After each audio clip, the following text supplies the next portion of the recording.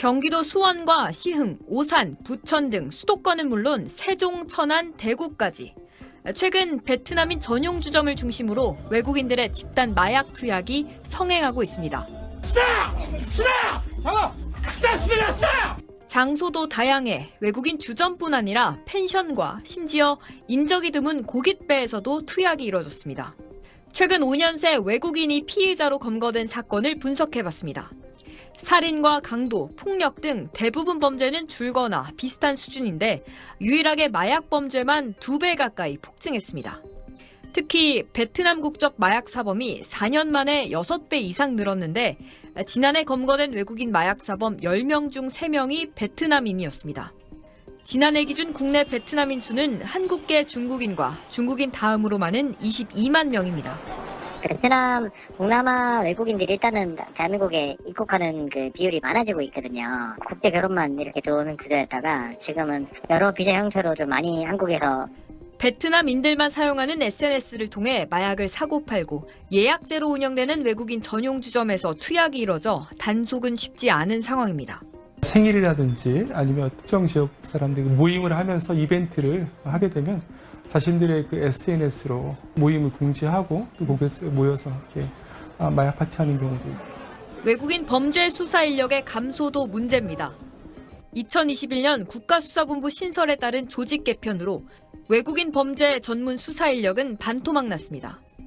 국내에서 체류하는 외국인들의 마약 접촉 경로 파악 등 마약 범죄의 특수성을 고려한 치안 대책이 시급하다는 지적입니다.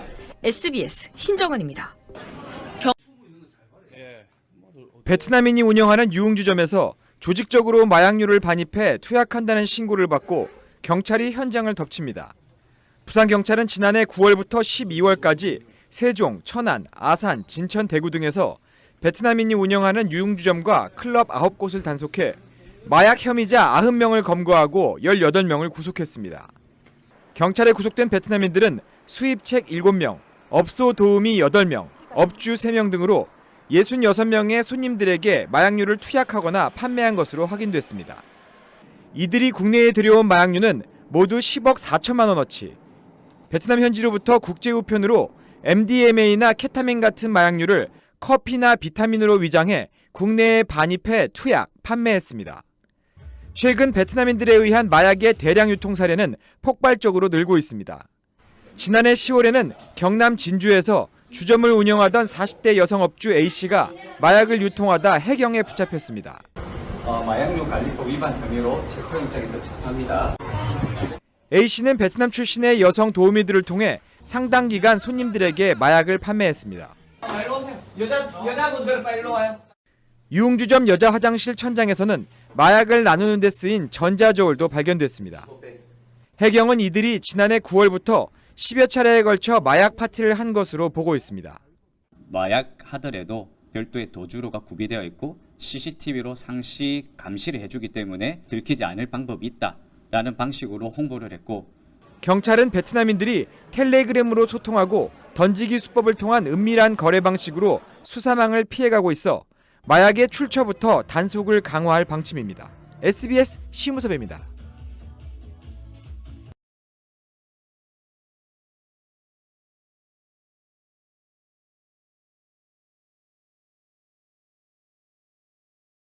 경기 수원과 인천 일대 유흥업소에 케타민과 엑스터시 등 마약류를 유통한 베트남인들이 무더기로 검거됐습니다. 이들은 결혼과 취업 등의 목적으로 입국했다가 마약 판매가 큰 돈벌이가 될 수 있다는 생각에 비밀리에 유통망을 조직해온 것으로 드러났습니다. 김보미 기자입니다. 어두운 배경 속 한 여성이 종이카드로 접시 위 하얀 가루를 모으는 듯한 행동을 합니다. 경기 수원의 한 유흥주점에서 베트남 여성 직원이 마약류인 케타민을 투약할 수 있도록 준비해주는 모습입니다. 서울경찰청 마약범죄수사대는 경기 수원과 인천 일대 유흥업소에서 엑스터시 등 마약류를 유통하거나 손님들을 상대로 판매한 피의자 등 총 41명을 검거했다고 밝혔습니다. 이 중 34명은 베트남 국적으로 당초 결혼과 유학, 취업, 어학연수 등의 목적으로 입국한 뒤 마약류 판매가 큰 돈벌이가 될 수 있다는 사실에 비밀리에 유통망을 형성해 범죄에 가담해온 것으로 드러났습니다. 결혼이든 취업이든 유학이든 여러 가지 목적으로 국내에 귀국을 하지만 본래의 목적에 벗어나서 유흥 목적이 더 많았어요. 돈이 쓰임새가 커질 거 아닙니까? 막상 해보니까 이보다 손쉬운 돈벌이가 없거든요. 유통책 19명은 지난 2023년 10월부터 약 10개월 동안 경기도와 인천 유흥업소 등에 케타민과 엑스터시를 판매해왔습니다. 이들로부터 마약을 매수한 한국인 유흥업소 업주들은 사전 전화 예약제로만 운영하고 창고 안 전기밥솥 안에 마약류를 보관하는 방식으로 단속을 피해온 것으로 파악됐습니다. 경찰이 압수한 마약류는 케타민 207g, 엑스터시 1246정으로 6억 1000여만 원에 달하는 규모입니다. 경찰은 수사 착수 이후 지난해 7월 해외로 도주한 국내 총책 베트남 여성 A씨에 대해서도 인터폴 적색 수배를 내리고 행적을 쫓고 있습니다. 또 마약류 밀수입과 클럽과 유흥업소 일대에서 은밀하게 이루어지는 매매, 투약 사범에 대한 수사를 이어갈 방침입니다.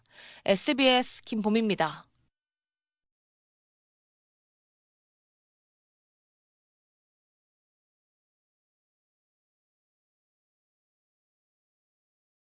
윤석열 대통령 구속영장 발부 직후 발생한 서부지법 난동때도 경찰관들은 시위대의 폭행에 속수무책으로 노출됐습니다. 경찰관 직무집행법과 경찰청 예규를 보면 경찰관의 정당한 물리력 행사를 보장하고 있습니다. 소송에 휘말릴 경우 지방청 차원에서 소송 비용을 지원하는 제도도 마련돼 있습니다. 하지만 현장에서는 정당 방위조차 주저하는 분위기가 역력합니다. 그 이후에 언론 사장들이 있어. 내가 아무리 정당하고 또 감찰 들어오고 민형사 들어오고 막 줄줄 있어요.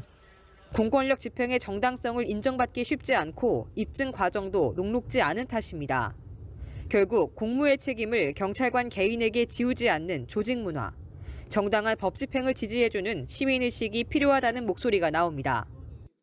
조사받고 수사받는 자체가, 재판만 자체가 엄청나게 큰 스트레스거든요. 어느 경찰관이 그런 스트레스를 감내하면까지 희생할까요? 이게 법 집행이 굉장히 이게 위축되면 피해는 시민들이죠.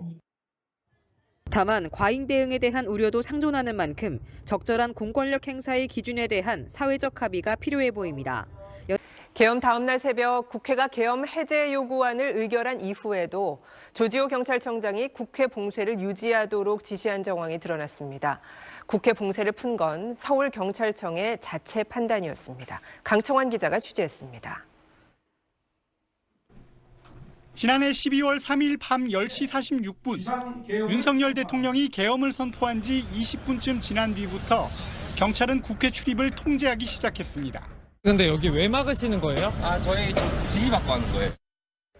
항의가 잇따르자 밤 11시 7분 국회의원 등에 대해 출입이 일시적으로 허용됐지만 30분 뒤 다시 통제됐습니다.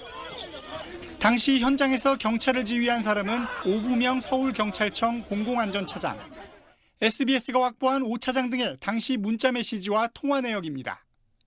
국회가 계엄 해제 요구안을 의결한 뒤 14분이 지난 새벽 1시 15분, 5차장은 임정주 경찰청 경비국장에게 국회 출입 통제 해제가 필요해 보입니다라고 문자 메시지로 보냈습니다. 그러자 2분 뒤 임 국장이 5차장에게 전화를 걸었습니다. 이 전화 통화에서 임 국장이 대통령의 계엄 해제 선포가 없었으니 계속 전면 차단하라고 조지호 경찰청장이 지시했다는 말을 했었다고 5차장은 경찰 조사에서 진술했습니다. 통화 이후 5차장은 국회 사무차장이 국회 출입 통제 해제를 강력 요구 중이란 문자 메시지를 임 국장에게 다시 보냈습니다. 하지만 별다른 추가 지시가 없자 5차장과 서울청 자체 판단으로 국회 봉쇄를 해제한 걸로 확인됐습니다. 이때가 새벽 1시 45분으로 국회에서 계엄 해제가 의결된 지 44분이나 지난 뒤였습니다.